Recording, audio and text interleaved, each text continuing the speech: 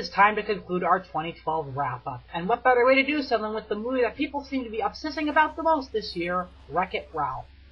My god, do people go crazy for this movie. Considered by many to be the Roger Rabbit of video game movies, the reaction to this film was phenomenal.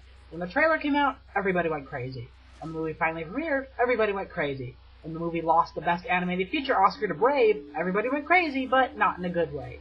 So naturally, I must get hyped about this movie too, right? Well, yeah. Well, I can't say it's my favorite animated film of 2012, as it is in competition for that title with Frankenweenie. It's still a really impressive movie, and perhaps one of the Disney's most original movies to date. Here's the story. Wreck-It Ralph is a Donkey Kong-esque character who plays the villain in an arcade game called Fix-It Felix Jr. Ralph is upset because even though it's pretty clear that the shtick is just a 9-to-5 job, he still does not receive the respect and attention that his heroic counterpart is given. Just to prove that he has what it takes to be a good guy, he leaves this game and goes to another called Hero's Duty, where he hopes to win a medal that will deem him hero-worthy. He succeeds in acquiring the medal, but through a series of mishaps he ends up losing it in another game called Sugar Rush, where he meets another character called Vanellope Von Sweets, who it turns out is also rejected by her peers for reasons she can't control. So the two form a friendship and eventually work together to save their games from problems that put the entire arcade at risk, many of which Ralph is unintentionally responsible for. I'd like to make it clear that I actually did not care for the numerous video game characters scattered throughout the film.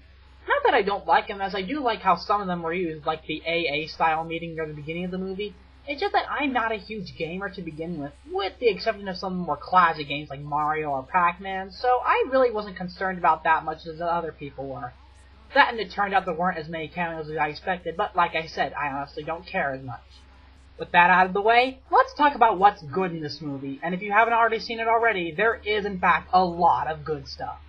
First of all, the animation is not only great, as always for Disney Animation, but the fact that they managed to take 3 different styles of animation and make them stand out and yet blend so well together, it's definitely a thumbs up in my book. Whether it's the limited animation style of an early arcade game, the dark and realistic atmosphere of a first-person shooter, or the colorful and cartoonable qualities of a Mario Kart-like racing game, the animators put all their effort into creating these unique and very pleasant world in which our characters live in. But visual enrichment is thankfully not the only thing keeping Wreck-It Ralph on its feet.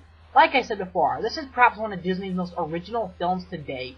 Many people have noted that while Pixar was doing a Disney-style movie with Brave, Disney was doing a Pixar-style movie with Wreck-It Ralph.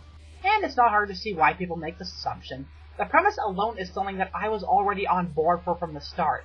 It's basically about a villain who doesn't like being a villain and tries to be a legitimate good person. You know what? That's a great idea! On top of that, the execution is brilliant, in large part because it's not entirely clear what will happen. Okay, there are some moments where one could go, okay, I know what's going to happen, but to this movie's credit, the path it takes to get to those supposedly predictable events are not predictable at all, adding some very clever twists to some of these otherwise easy-to-predict moments. The characters themselves are also very unpredictable, as well as enjoyably creative. Ralph himself is one that we can all relate to. I mean, who hasn't felt like they weren't getting the respect they deserved? And on top of that, he is a very well-developed character, ultimately learning to accept the things that he can't control, but at the same time doing whatever he can to make his life more enjoyable. Fix-It Felix, Ralph's co-worker, is also pretty likable.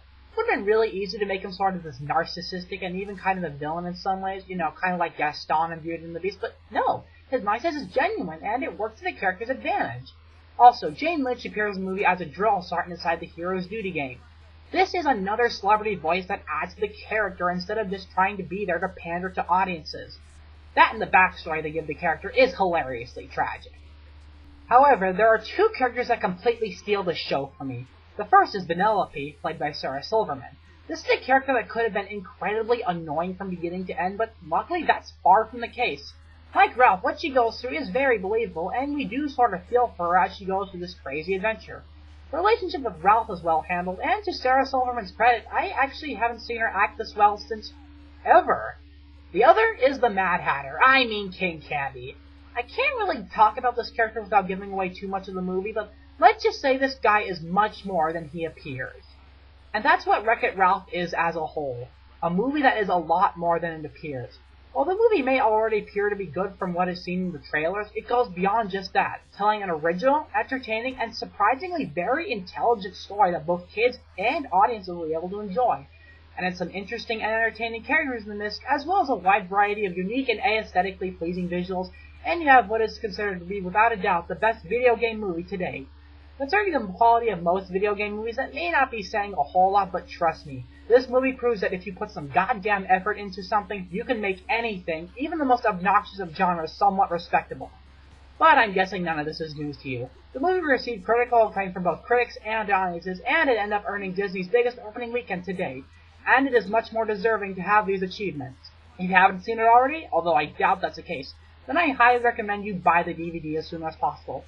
Sure, you could rent it, but if you're like me, you'll probably want to end up keeping it. It's a great movie to end the great year of animated films.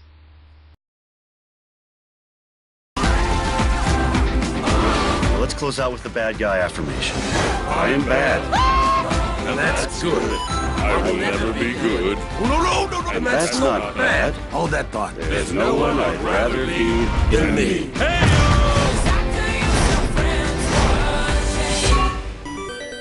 Why do I fix everything I touch? It's make your mama's proud time. I love my mama! Oh, good. The cops. Hold still. Ow! Take that! What are you doing? One game at a time, Ralph.